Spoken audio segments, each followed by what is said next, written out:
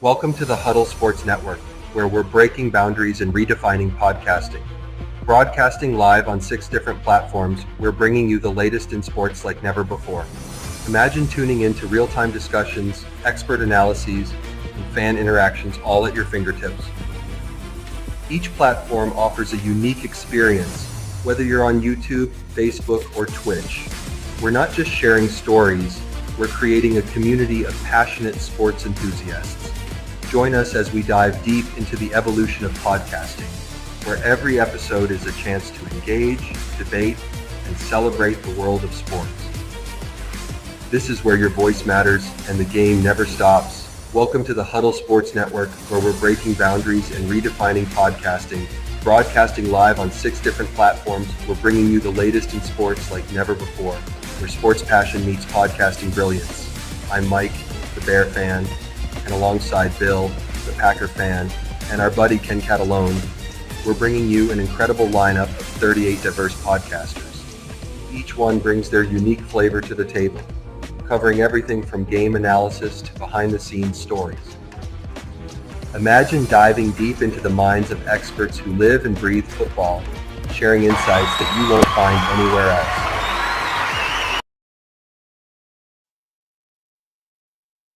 Show up here locally in the community. Make sure y'all go check out New Cat Body by Jeremy Jones.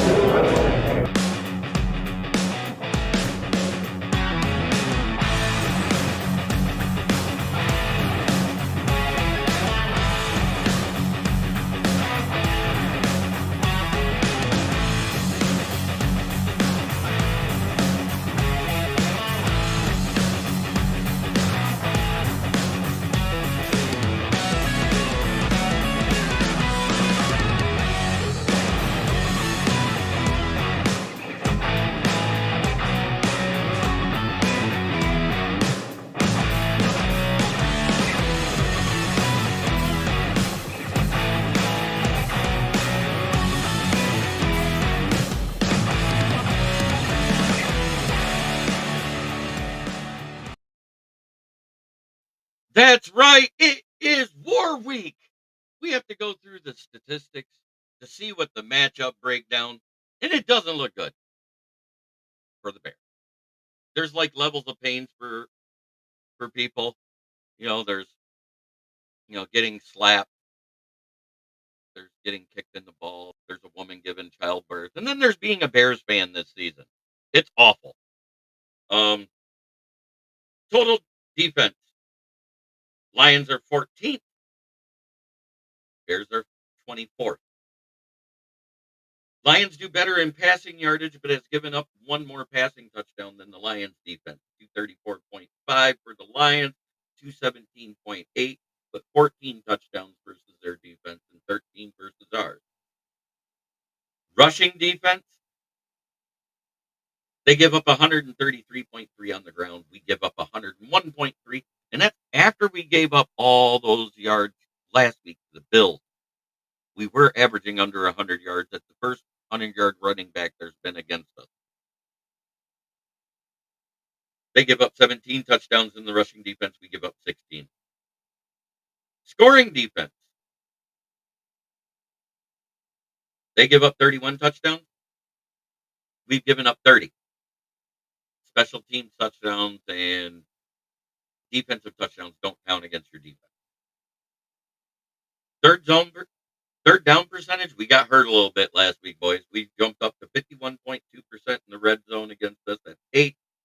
They're third at 48.1. Third down percentage, they're 10th, we're first. Still, even after last week.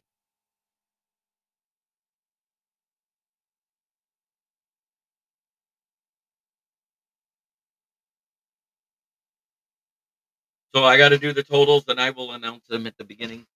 We're 2 weeks in. I want to see who's ahead. I think Will had one hell of a week. Good morning, Harpazo, Moonscar, everybody. Let's get it.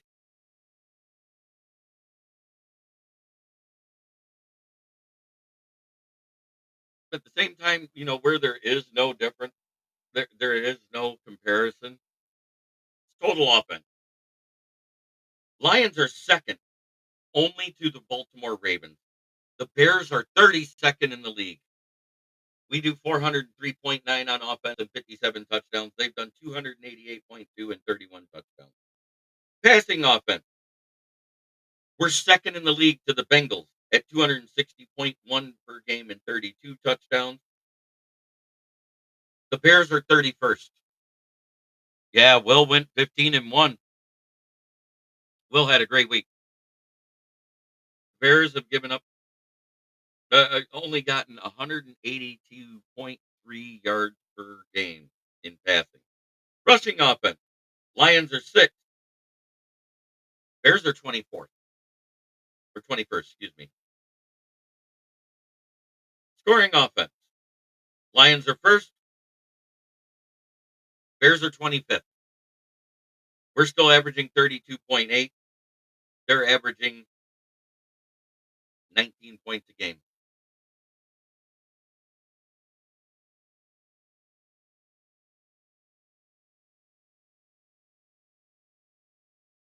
I understand. Red zone offense. Lions are 2nd. Bills are 3rd. Bears, on the other hand, where are they at? They're actually 5th in red zone offense. They score 65% of the time they get there.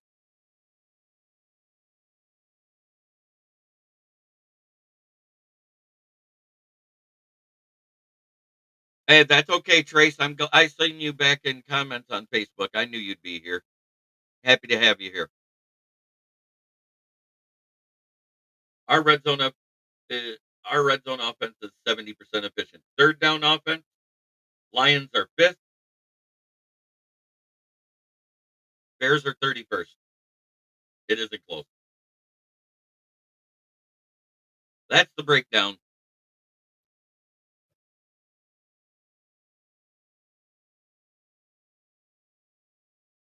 Okay, now I got to get back to the comment.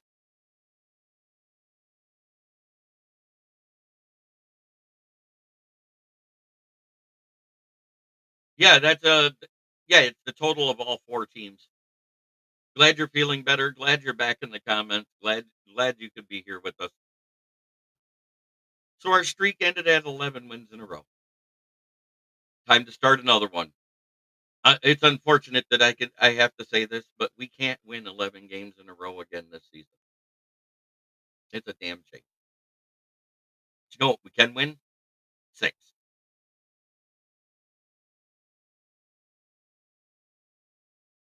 Autoimmune is kicking my butt.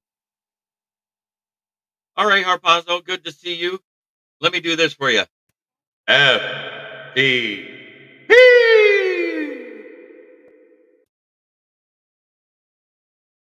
Just in case you don't make it back.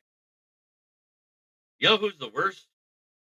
The absolute worst scoring offense in the league? It's the Giants. Then it's the Patriots. Then it's the Browns. Then it's the Raiders. Then it's the Panthers. Then it's the Titans. Then it's the Jaguars. Then it's the Bears. Then it's the Dolphins. Then it's the Colts. Then it's the Jets. Then it's the Falcons. Then it's the Chargers, Cowboys, Rams, and Saints are tied at 17. Cardinals and 49ers at 22.4. Then it's the Seahawks at 14. Texans at 13. Chiefs at 12. Broncos at 20 at 10. Steelers are tied at 10. Eagles are at 8. Vikings are at 8. Packers are at 7. Commanders are at 6. Bengals are at 5th. Buccaneers are at 4th. Ravens are at 3rd. Bills are at 2nd. And the Lions are still in 1st by a point.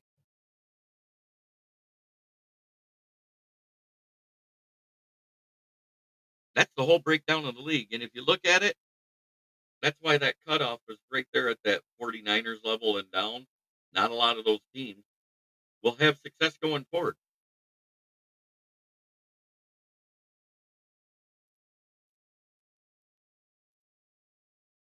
The teams that have the crazy one is the Bengals at 5. The Bengals at 5 with their record is a travesty. That's how bad their defense is. Their offense is doing enough to win games. Their defense can't stop Bishop Sycamore, and that team doesn't exist.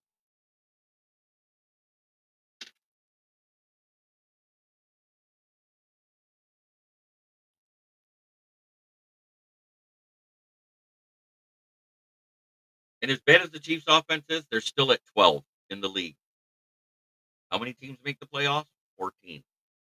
I did the cutoff at 14 for a reason. Everybody under that might not make it.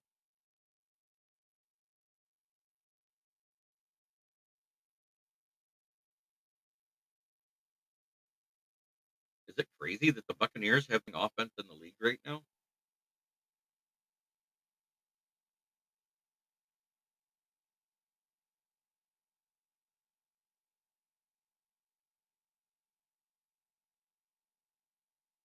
You know what's crazy is red zone offense wise, the Browns are at 13, but their scoring is so low, it doesn't make sense.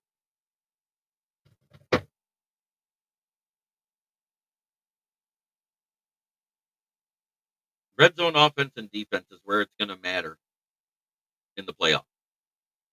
The teams that have the better ones usually win.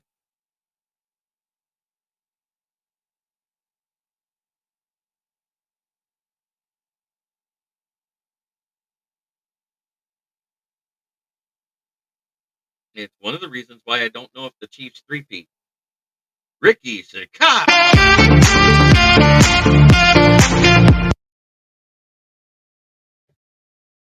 Good to see you, brother.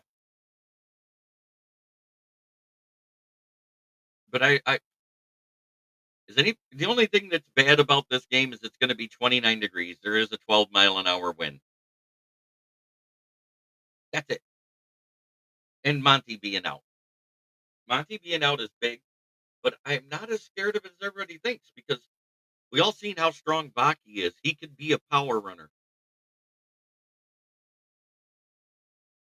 The Dern, I'm glad you bring that up. How is everything, Mr. JB? I'm good. I'm here saying, fuck your feelings. Let's talk. Can, Graham Glasgow has been the weak link all season. Every year he's been in and out of the bottom five. He's only ranked once in the top five in PFF rankings as a player, where everybody else on the offensive line has been in the top five consistently. This was the first game. It was both Frank and Graham Glasgow in our bottom five PFF rankings on offense. And the center's only as good as the people around him.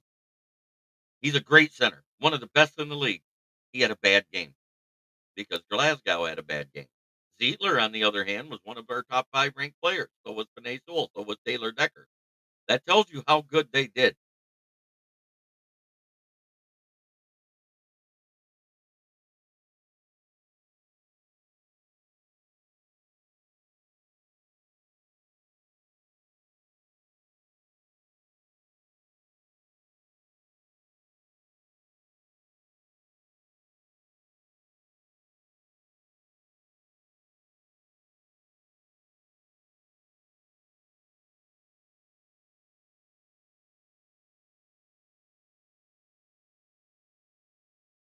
Even though Minnesota, how, even though Minnesota leads the league in turnovers, do you know the turnover differential is only 8?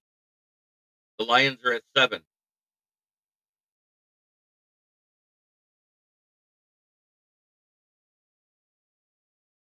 The Green Bay Packers are at 10.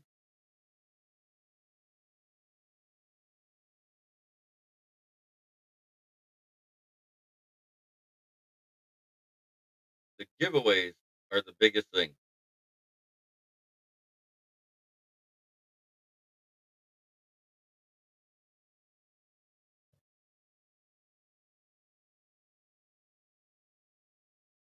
He got a couple when Zietler needed to be spelled out. Yes, he played a little bit. He didn't do bad. He was ranked in the middle of the pack offensively, but he didn't play enough snaps to garner a good grade against him.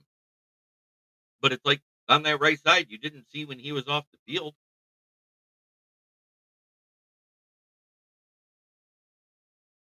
It was nice seeing Mahogany out there. It was nice seeing Broderick last week, but I wish they'd have used him this week because I think him being out kind of hurt. But in our top five was David Long and Pat O'Connor again on defense on PFF because you had to have at least 25 snaps. Our best rated player was Dan Skipper. overall, but he only played 5 snaps, so it didn't count towards the team ranking. He had a 91.8.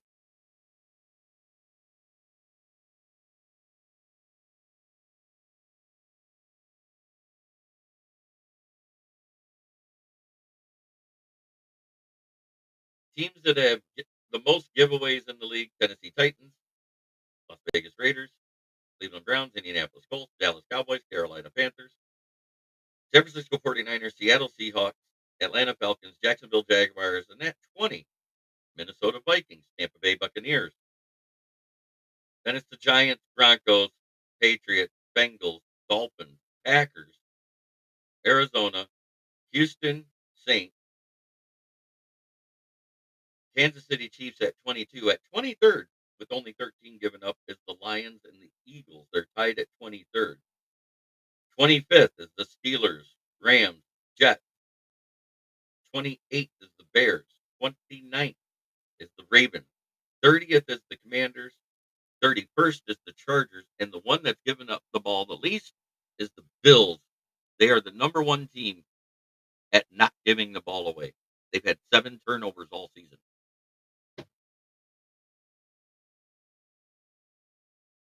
I don't know about you, but I'm kind of more excited to see Vaki run the ball than Craig Reynolds, because when he did that tackle to hit the guy on the punt return, where he tackled the blocker and him at the same time, that showed his strength, and I think he could be a power back. He's got that big upper body strength. He literally arm tackled both of them.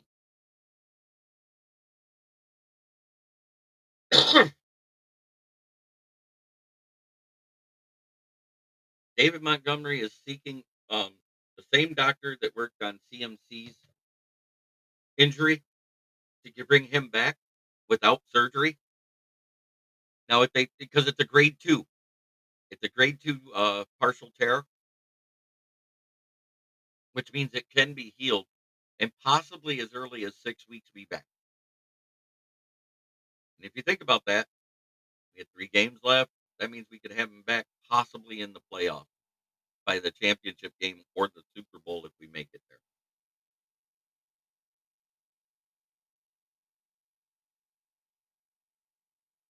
But if he tells him it's too far gone and he has to have surgery, he's done.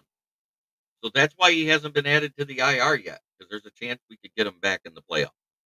I just wanted to put that out there, that it's not a full-blown tear, it's a partial tear. So the report that it needed surgery was a little overblown right away. I'm really not as concerned. The Bears look like they've given up. We've heard, oh, once the interim head coach, because he was an interim OC that got promoted to be the interim head coach, and that's the first time it's been done in NFL history, would have this team playing better. It hasn't worked for them.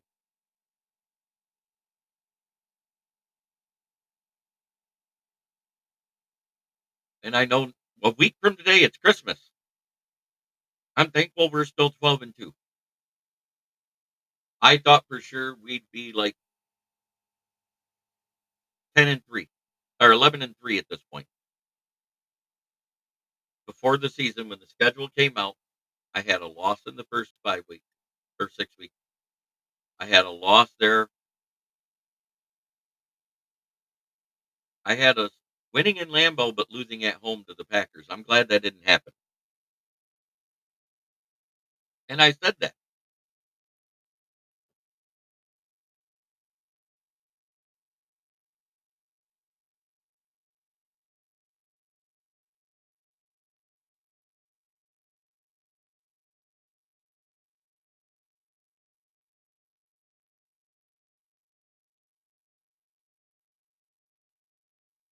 Bears are having internal issues. They're having management issues. We're hearing that if they let Poles pick the coach, Davis Warren has to approve it. But Davis Warren has the final decision, and he's doing the coaching search for him to interview. Davis Warren has picked the last 4 coaches that have failed in Chicago. I think it's a bad look. And there was a report that Poles said if he'd have known he had to run everything through the president of football operations, he wouldn't have taken the job. So I have the feeling either way, whether fired or he walked away, Poles is gone next season from Chicago.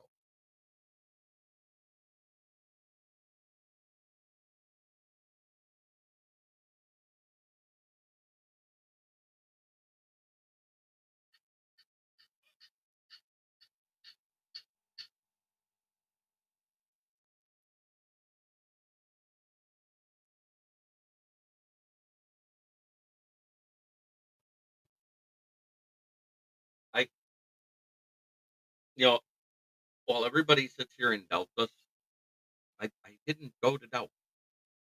And I'm going to say right now, if Amon Ra didn't fumble in that third quarter and we don't go down by 3 scores, we don't do the onside kick at 12 minutes. I agree with the call. I didn't like the result. And that's what's wrong with it. Nobody liked the result. The call was the right call. We needed to steal a possession back to get in this game. You're talking about 9 seconds off the clock for them to score a touchdown. 9 seconds. If we'd have kicked it off and they drove it down and took, let's say they took 3 minutes off the clock, because that was their average drive, was about 3.5 minutes. That 3.5 minutes off the clock, guess what? We never get back in this game.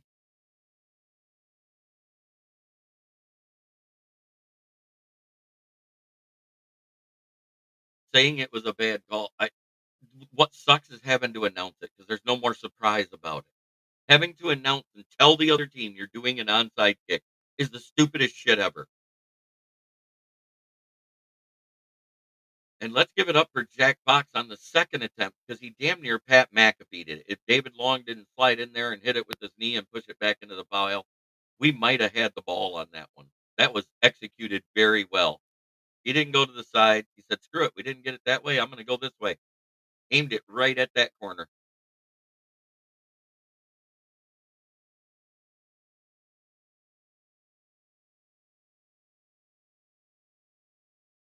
100%. So I miss me with Dan Campbell's too big of a gambler type shit.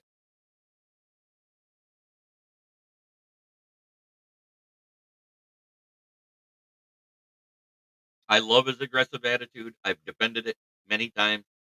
Next Gen Stats have defended it many times. Next Gen Stats even said, when you're down that much, you try to get the ball back. Our defense wasn't stopping the Bills. Let's face it.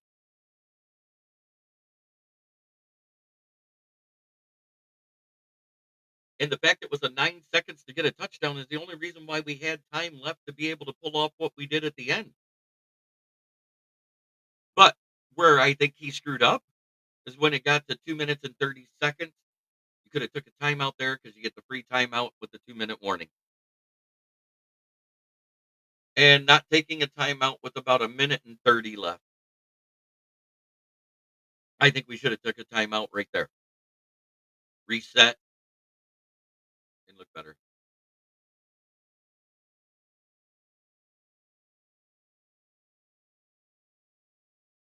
I will too because it's going to be cold.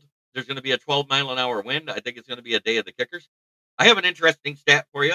Caleb Williams has thrown for 2,900 yards. Their punter has kicked for almost 3,100 yards.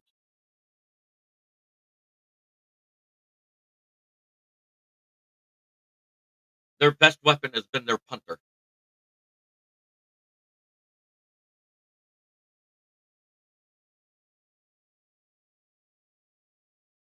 I agree, Jim Jackson. And while everybody says, "Oh, you're just a regular season team," you know what? You got to win the regular season to get to the postseason, and we've clinched the postseason since Thanksgiving. Yeah, and it was a 1 year trial for all of it. There's been 3 run backs. I think that part of it stays the same. I think the kickoff rules itself stay the same. The announcing of the onside kick, I hope it goes away because it's only been successful 3 times, and only 1 time has it equaled a win for the other team.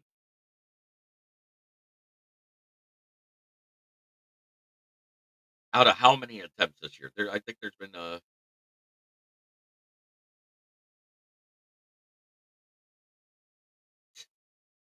Exactly, friend.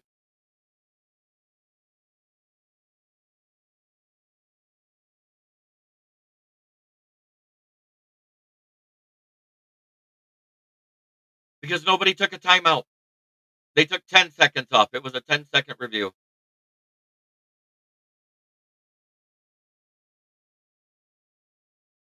I get it. But at the same time, if you go back and look at the Saints versus Commanders, yeah, I hope they get rid of announcing the onside. It is a stupid, stupid rule. Yeah, because there could have been 30 seconds on the clock. But at the same time, we only had 2 timeouts. It, even with the trying of the onside kick at the end, we didn't have enough time if we didn't get the ball back. The Bills would win the game. And I said it would be a one-score game no matter who wins. I wanted the Lions to win. Why is this thing a bear fan again? Jesus. You guys should tell me it says that down there.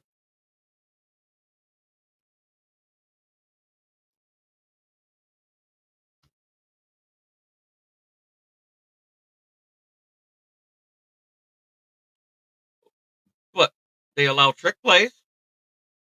We saw one work in this game, and it was flawless. The pitch to Monty, the pitch back to Goff, and then down the field. That was an amazing play.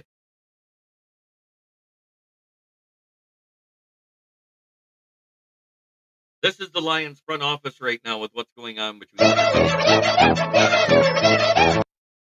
It's a clown show.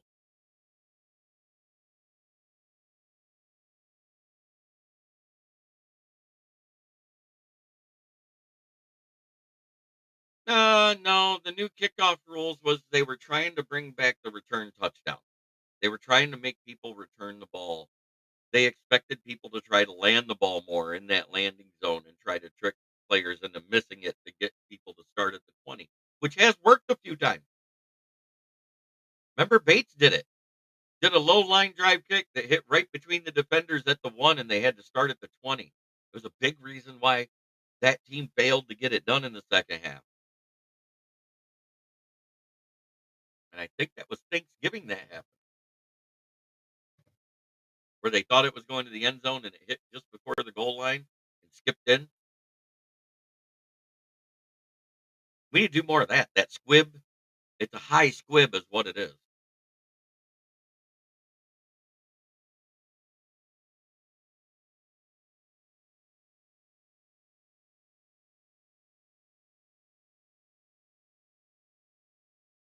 I do like that part of it. I love the return part of it. I hate the announcing rule. The announcing rule makes about as much sense as wiping your ass and taking a shit.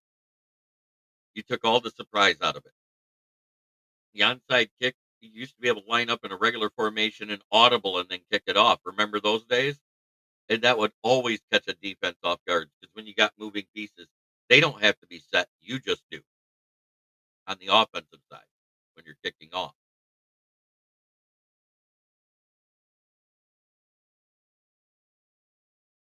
See, the bad part is we could say we're doing an onside kick, line up with it wide like we do. You could audible to the other one, but and that's what I don't understand is why don't they audible to that more often? The motion to go all on one side of the field, because I think that would equal more onside kicks, even though you announce it, because they wouldn't expect it. That is the one thing that they didn't say if the players had to be set. Because if that's the case, I'd be audibling every time to one side or the other and kick it in that direction. Because then you got more defenders there to stop something like the Mac Hollins return. We were 1 inch away from that landing in a Detroit player's hands. Do you guys realize this? That high point kickoff that Bates attempt to the side where Hollins tipped it? And what happened to the defender that was in front of him? Because it's like he just stood and watched him run by. I hated that.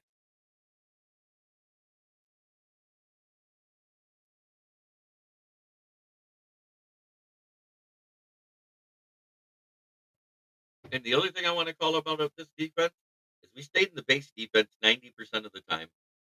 We didn't stunt our defensive line at all or our linebackers. We rarely blitz. This is all things that we've done different than the previous 8 wins in a row after Hutchinson went down. We blitzed at less than 20% for the first time since Hutchinson's injury. And I understand Josh Allen's good against the blitz, but to reduce it by more than half of what you've been doing. Uh, Jamal Adams still doesn't look like he fits our defense yet. He was like one of our low ranked defenders this game. Jack Campbell got hit low on the score, and I don't know why. Was it because of the one catch that Dalton Kincaid had over him when he was in a middle zone, but the ball usually went right between the safeties? Are they counting that against him? I don't know how they did that. I do know he missed James Cook a couple times, and that hurt us. But that was after Pat O'Connor or DJ Reader missed him. I mean, James Conner's the first 100-yard running back since the Chuba Hubbard Donta Foreman fiasco in 2022.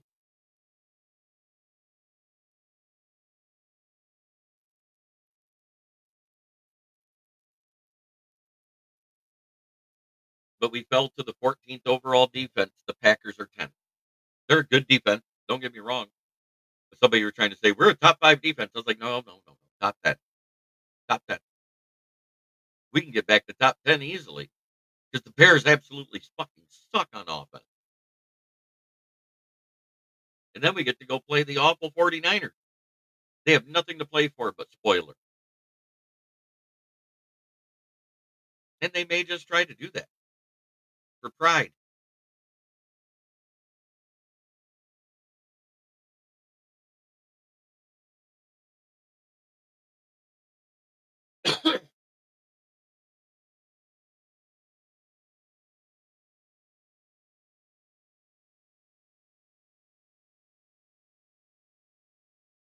This is the current state of the NFC North.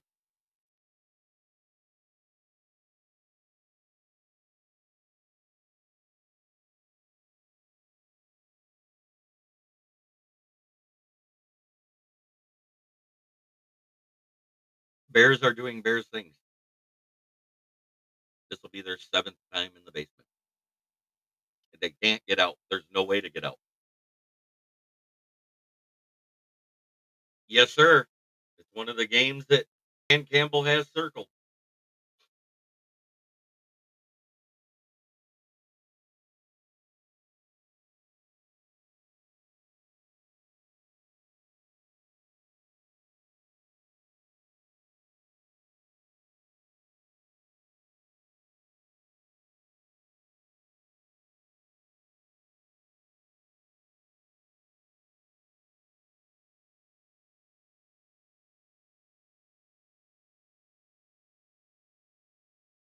This is why I'm not scared.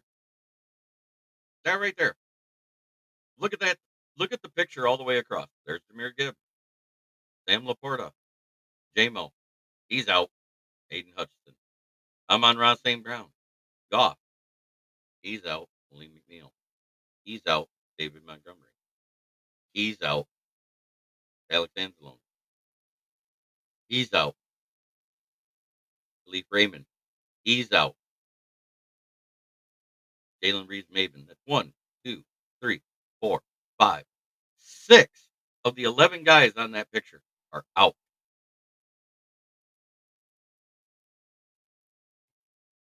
Those were considered some of our best players coming into this season.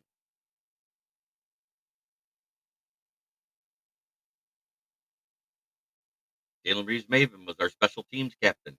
Alex Anzalone was the linebackers captain. Aiden Hutchinson.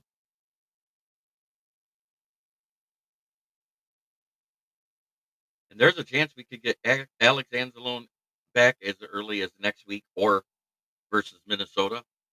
He already isn't wearing a cast. He could be coming back if he is supposed to be hitting his activation window. Still waiting on that announcement.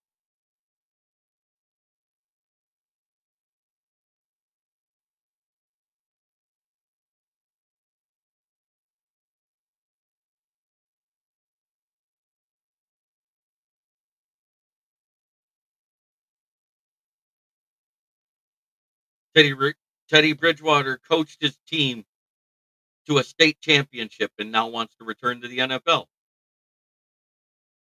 as a backup. Who needs him more? I think if Derek Carr is out, the Saints could be a likely landing spot because Jake Hayner and Spencer Rattler are ass.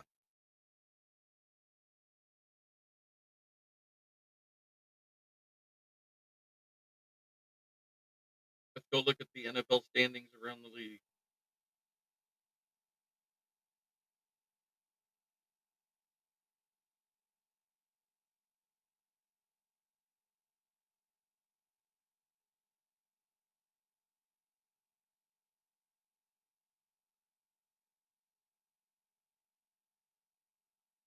So the Eagles have basically clinched their division.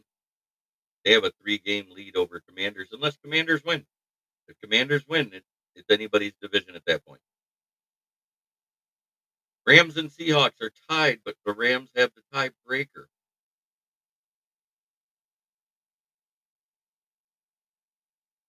Lions and Vikings are tied, but we have the tiebreaker.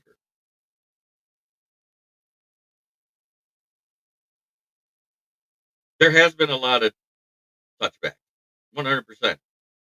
The Buccaneers have a 1-game lead over the Falcons. The Saints are at 5 wins. The Panthers are out. The Bears are out. The Giants are out. The 49ers are still not ruled out because they're only 2 games behind. So it really depends on what the Rams and Seahawks do this week.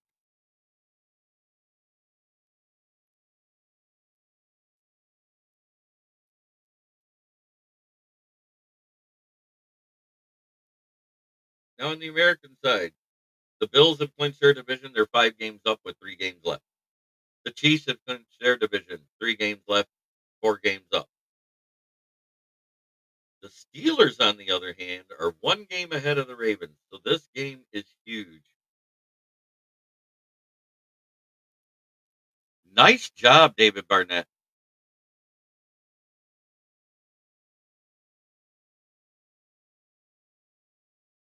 So the Steelers have clinched a wild card so far. The Texans have clinched their division with 3 games left. The Chiefs have clinched their division. The Bills have clinched their division. The Eagles have clinched a wild card berth at this point. There's only 3 teams in the NFC that have clinched anything, and that's the Eagles, Lions, and Vikings. The Packers have not clinched their playoff berth yet. And that's crazy to say.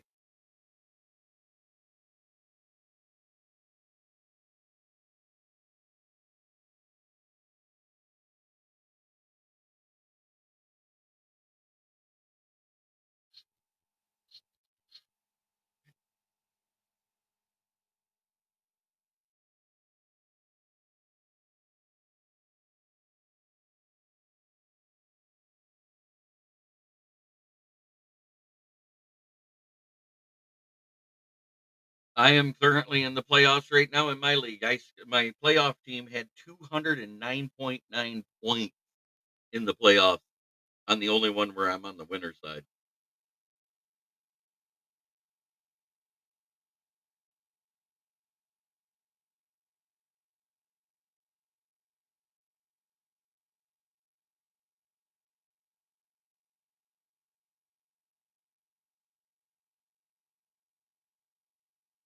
I'm up against Sugar Shane.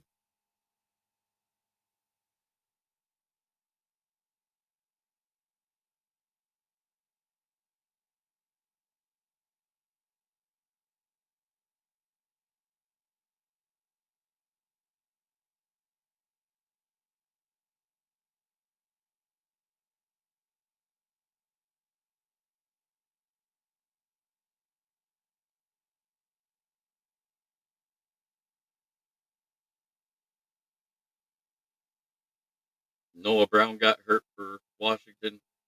He hit the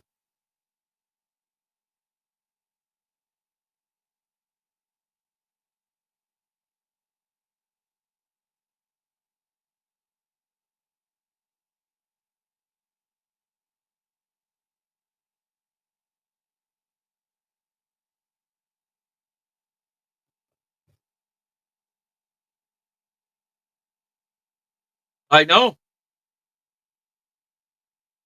But according to the NFL.com that I just looked at, they have not clinched their wild card position yet.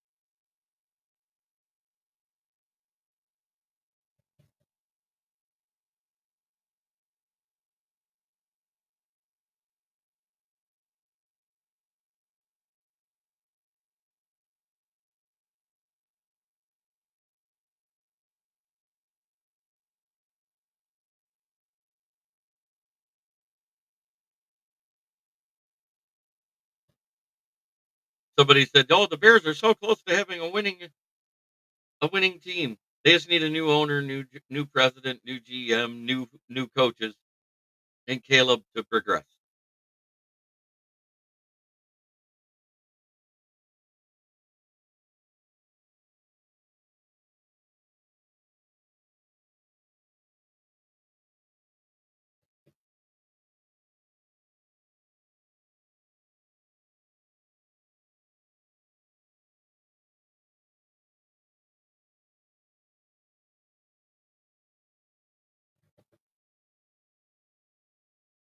I just feel like this is the year. We're going to win this game, and I think we're going to win in San Francisco, and it's all going to come down to Minnesota versus us. Dwayne King, good to see you, brother. Glad you hopped in. This is the least amount of people I've had watching my show. And Purple Jesus Lefty. Good job, guys. You guys are 12-2, just like us. It's going to come down to that last week. That's what I see happening. It's going to be a hell of a game in Detroit. Yeah, he's had very limited ability. Little Thumbs has been out for a minute, but he's still here in spirit. Yeah, he has very limited ability. And when you're working 12 hours a day, you get tired quick. He comes home, he eats, he passes out.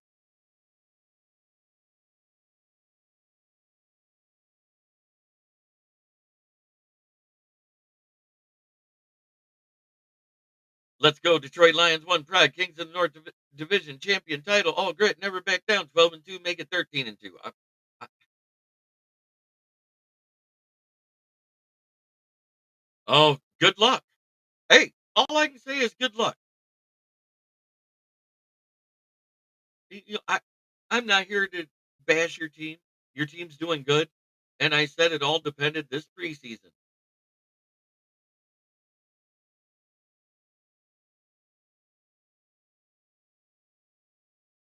I never made jokes about the kneecaps about Hawkinson. I'm not one of them.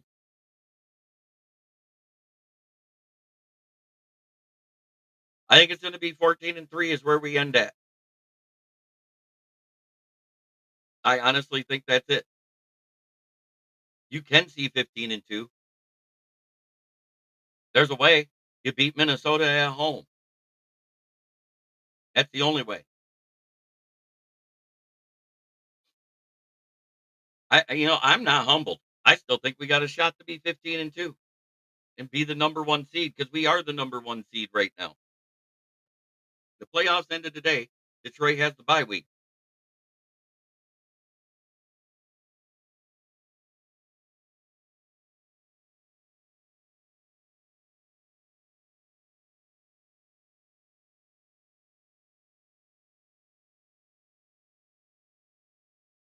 Awesome, Fred. I'm glad you're going too.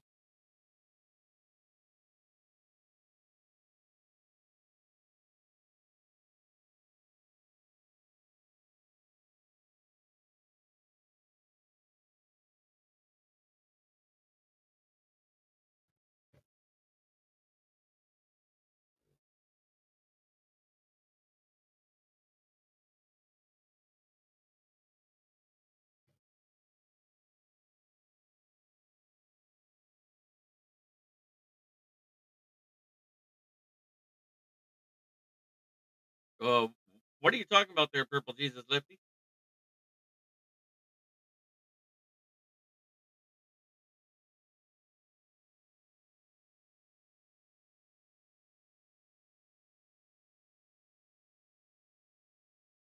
Well, it's going to take a minute. I'm joining the Detroit Sports Media Association as a writer, so that's coming up.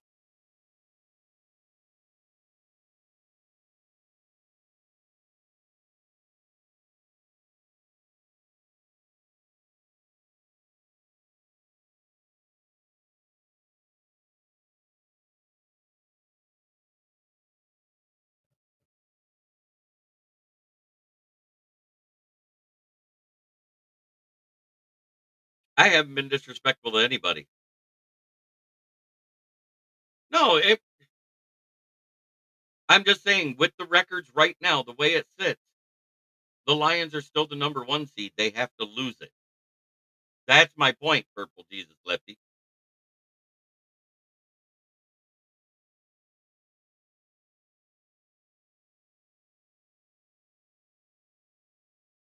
Thank you, JI. Mosley's been back. We don't use him. I don't know who built the ass is, but that's fine. He can troll. Because this show ain't about the trolling. I have one segment I do, and it's about the record, and that's funny. That's it. I believe Iffy's 21-day window opens today.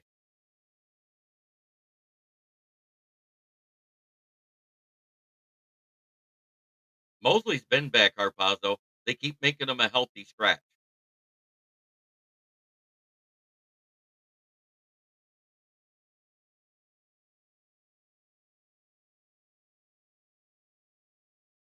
Good luck with that belt to ass.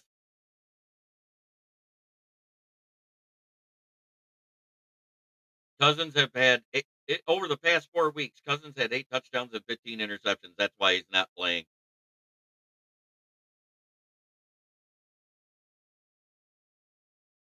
Tim Boyle's been starting at New York. It's not been good either.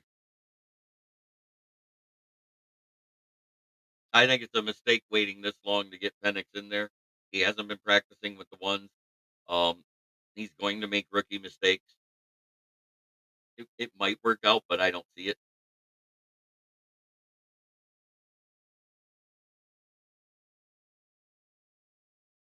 Monty is with his grade 2 partial tear of the MCL.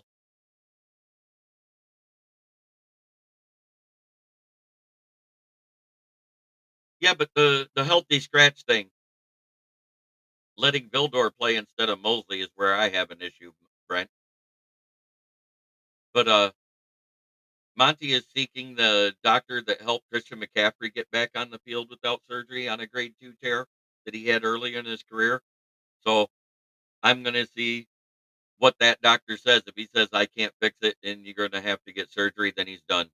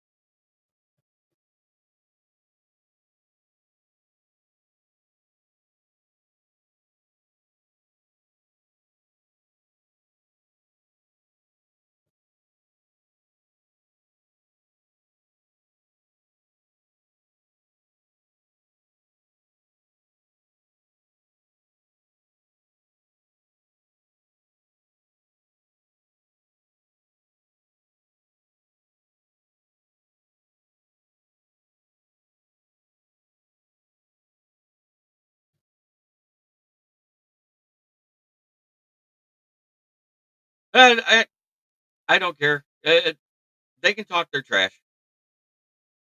Let them. We'll see if it's belt to ass on week 18.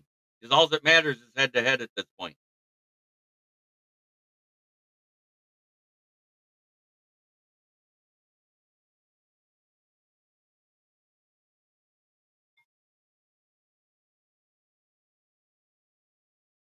And so far, head to head, we're the only team that has scored back to back 30 points the last two times we played Minnesota versus a Brian Flores defense. I don't expect that to change. Yeah, Belt obviously hasn't met any Philly fans.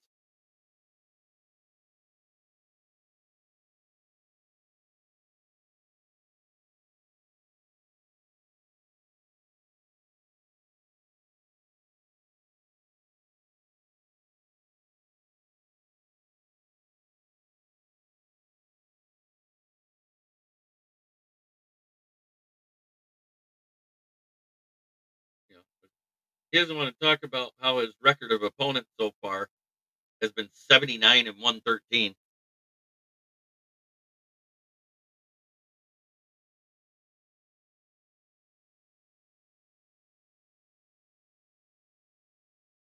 Record of opponents for the Lions. Let's see. 96 and 86. Record for Green Bay.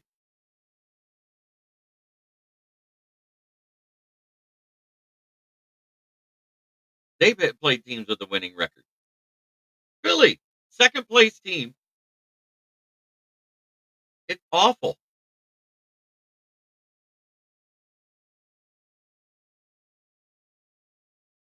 They already won at Green Bay. It's Green Bay at Minnesota. Ji. Yeah,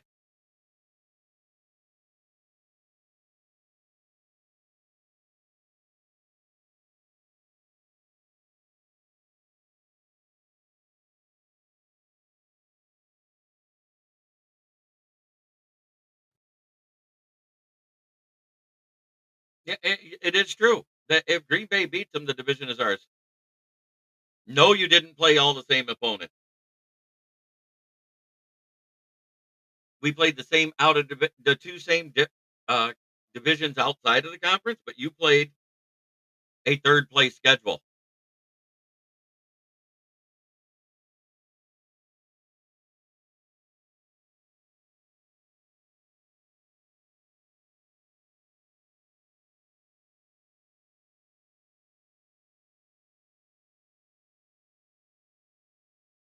They can. I can't say they won't.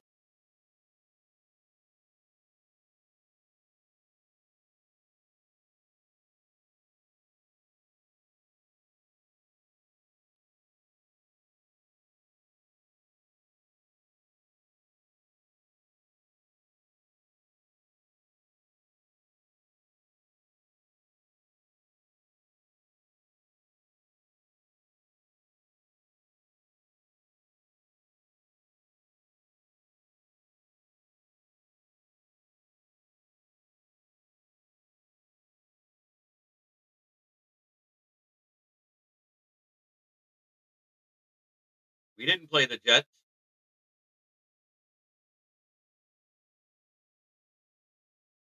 There's one other one on there we didn't. And we didn't play the Giants. Don't say we played all the same teams belts to ass. No, I predict you at either second or third place. So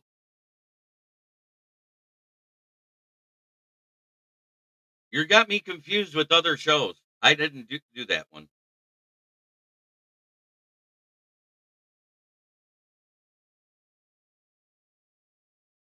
Well, that's next week, and I really don't write about the other teams, but I might do one on that. I don't know.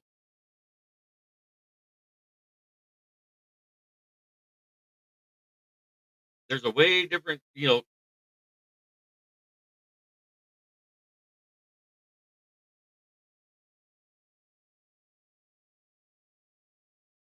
94. I do agree with you. It's either going to be Philly Lions. Yeah, Ken the Bear fan said minimum 10 wins for the Bears. I know. I said 5 to 8 wins tops. Looking at their roster because of the O line. You must have me confused with some other guy.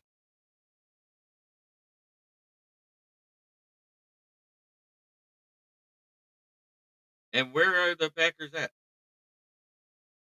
Did they beat us twice this year? I'm just asking.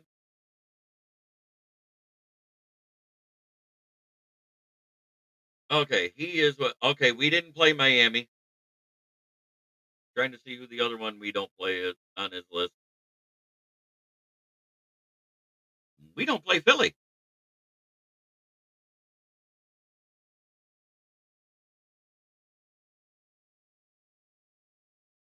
Minnesota had to play New York Giants and New York Jets, third place teams.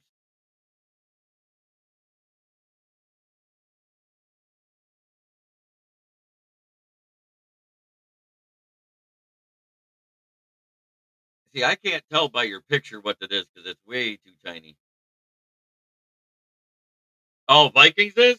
Oh, that had the second weakest schedule out of the top four teams? Got it. Yeah, everybody came out.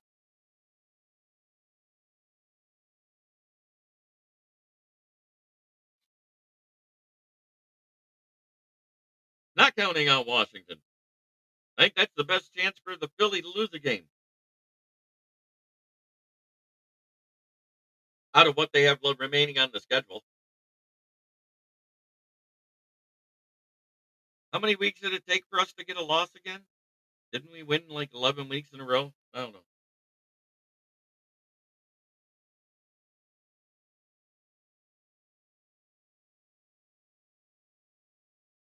I said Minnesota would be second or third place at best, at, at worst. I, that defense was too good. The O line was good. The weapons were good. It all depended on Sam Darnold's play. We didn't know which Sam Darnold would be playing. Would it be the guy that saw ghosts, or would it be the guy in the few games he had good with Jets? Nick, Trace, stop. I can't tell it's so tiny.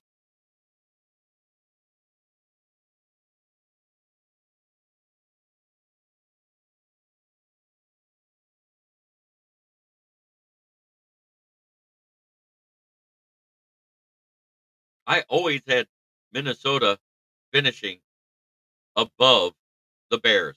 I said the Bears would be last place. They'll be lucky to get 8 wins.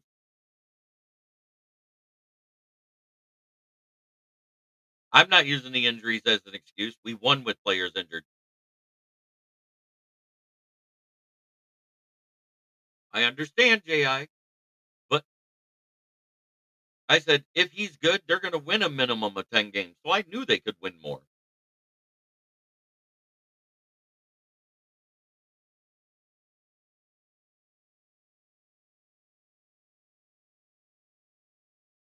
But I knew they weren't winning less than 8 games this year. I said that coming into the season.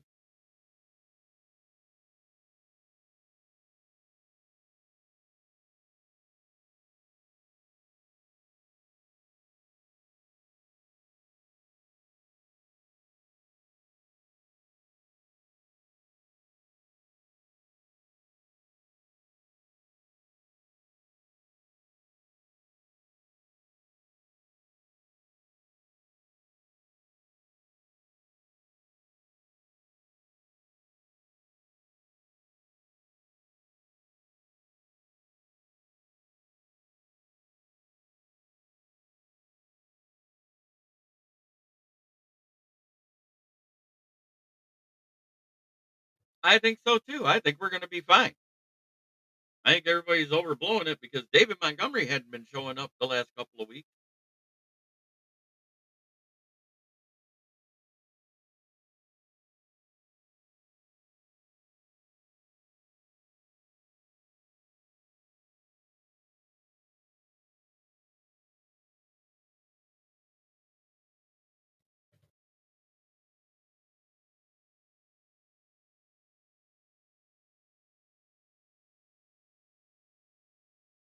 But have a great day, everybody. I got to give an homage to my sponsor.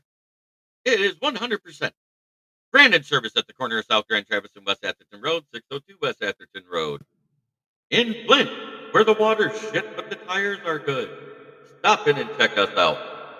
Used tires starting at $45 and up. New tires, call to get your quote delivered within 1 to 2 business days. 810-233-8230. Talk to George, Red, or myself.